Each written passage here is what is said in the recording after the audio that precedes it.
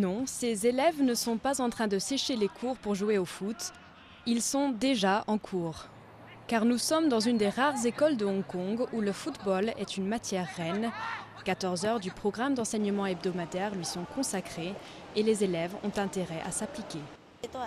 Mon professeur me dit de faire de mon mieux à l'école et au foot, que si je me fixe des buts dans les deux domaines, alors j'aurai encore plus envie d'étudier. Redonner aux élèves le goût du travail, voilà l'idée au cœur de ce programme. Et les résultats sont là, noir sur blanc.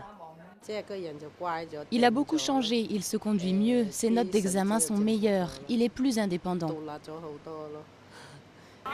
Ces jeunes élèves sont déjà considérés comme de futurs professionnels. On leur propose des cours spécialisés dans chaque technique de jeu, des cours de dribble en passant par la frappe classique. L'éventail des choix est large.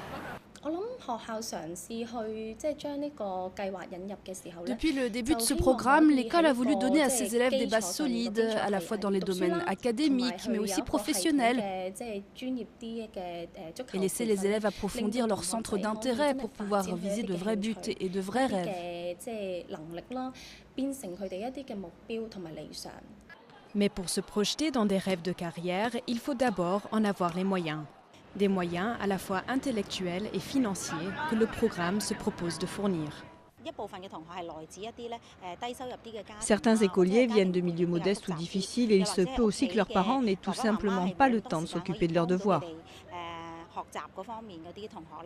Si le bilan du programme est positif pour les élèves de cette école, la ville de Hong Kong, quant à elle, fait encore figure de mauvais élèves dans les classements de foot internationaux, surtout à côté de ses voisins coréens et japonais.